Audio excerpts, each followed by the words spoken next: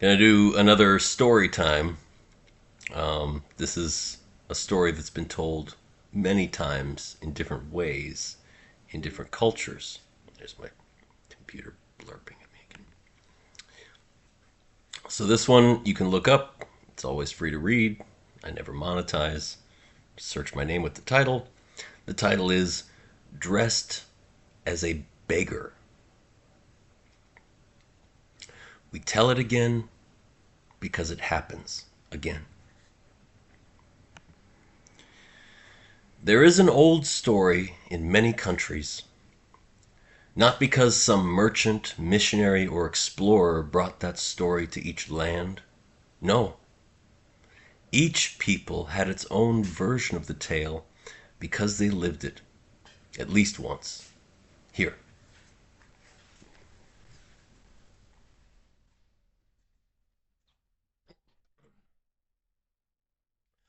When a thief steals money unearned, what does he do with it?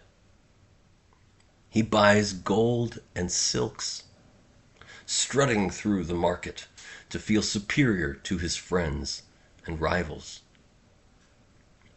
And when a king must leave the palace, how does he dress?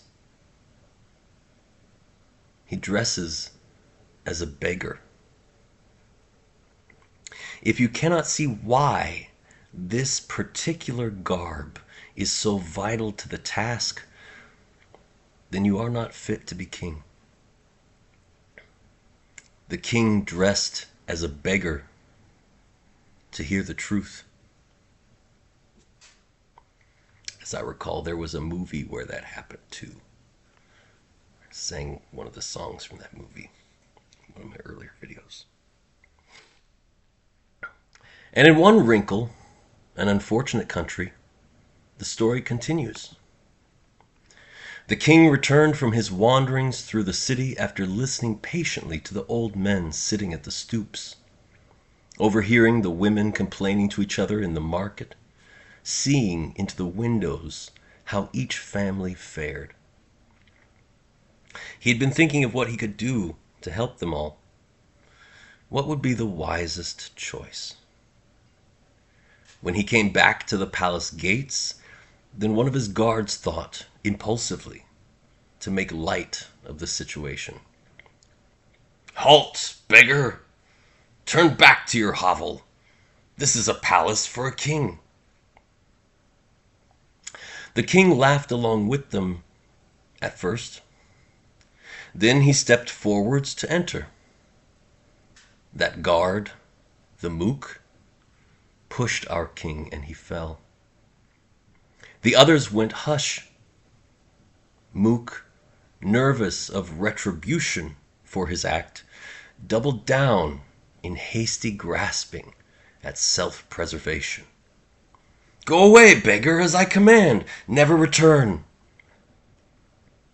As the other guards became nervous and began to murmur, Mook turned to them, belligerent. "Don't you see that this beggar is trying to sneak into the palace? My good friends, help me now to haul him back to the gutter. Come." By their loyalty to Mook, those guards divorced their loyalty to the king. As they carried him down the hill to the paupers' streets, the king only glared in silence. There, back with the other beggars, the king sat and thought until dawn. They had been watching him. Of all the people in the whole city, only the beggars knew that he was king. They were the only ones who recognized their cobblestone brethren, no other peasant even looking them in the eye. They called the king our tourist. That morning the king explained what had happened for all the beggars to hear. They laughed. The king, with furrows and trembling tones, explained that this could destroy the whole kingdom, and he desperately needed their help. Meanwhile, Mook had been awake all night as well. Pacing nervous, feeling unmoored and scattered, he was trying to craft a plan to dodge the retribution he knew that he had earned. I have to keep the king out of the palace forever somehow. But that means I'll have to do all the work of running the kingdom somehow. How? Mook's plan was awkwardly simple. He threatened death for all who disobeyed, or seemed to disobey, or who might disobey. He commanded all the best attendants and scribes to work diligently, not at the task of responding to their people's needs. No.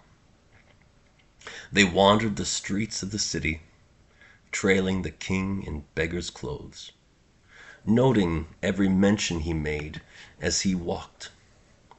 Ah, this road could use a patch, on this corner where the carts keep turning. That place, among all others, is so precious and well used that it degrades quickly, becoming a sore of equal height. If I were king, I would put my men to the task for the sake of salvage of every rim and hub.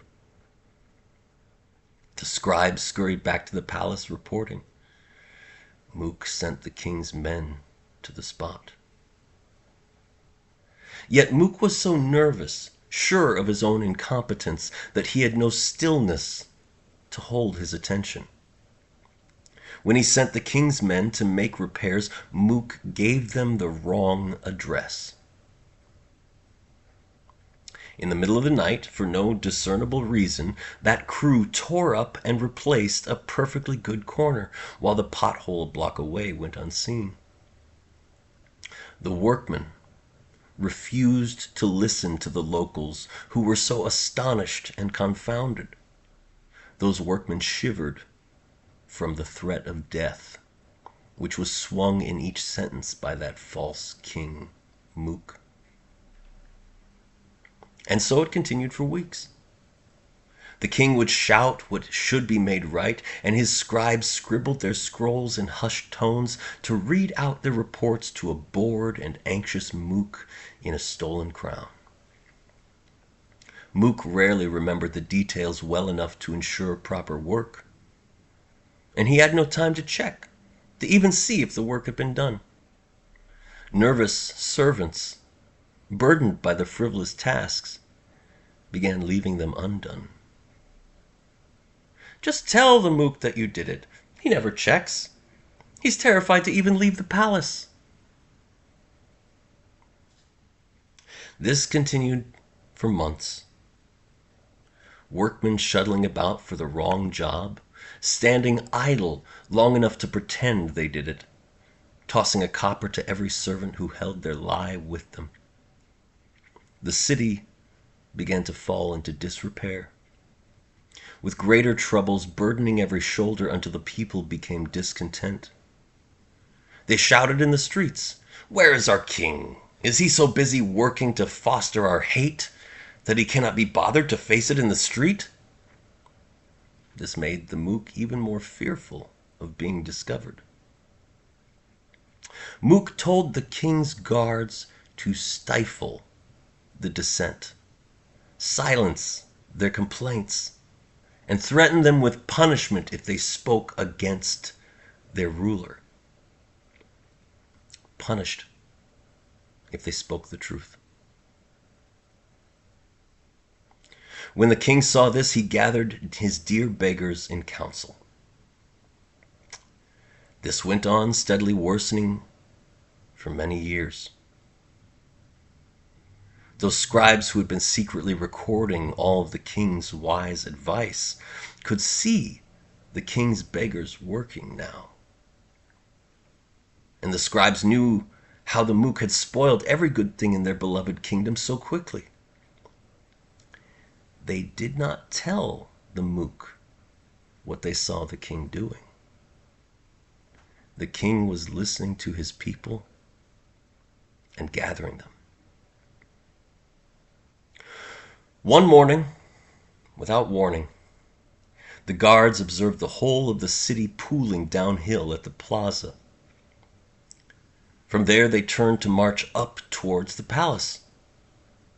The guards sent one of their crew to the king's bedchambers to alert the sleeping Mook. By the time that guard was allowed to disturb his majesty, and the Mook had stopped complaining and threatening to kill that guard, then the peasants had already circled the front gate of the palace with bales of hay in their carts. Mook watched from the balustrade as those hay bales stacked higher. In only a few moments, the king stood eye to eye with Mook. I have been in wise counsel with all the poorest in our city, all who suffered most under your ignominious rule. You have failed in practice. You prove you are not right to be king. The peasants cheered to see that familiar old beggar speak so sternly to this vicious king. Mook shivered, the cold morning breeze slipping through those long robes to ice his nervous sweat. Guards, arrest this beggar and throw him in the dungeon. Mook's fingers shook as he pointed at the king. If you jail that beggar, what worse have you done for him? He'll have a regular meal and a bed. You treat him torturously already. All of us. What do any of us have to fear prison or death when you, dear king, make life so unbearable? The peasants shouted up at this false king. Mook's control of the king's guards had only held by threat of death, and the peasants threatened those guards with a more painful, shameful death.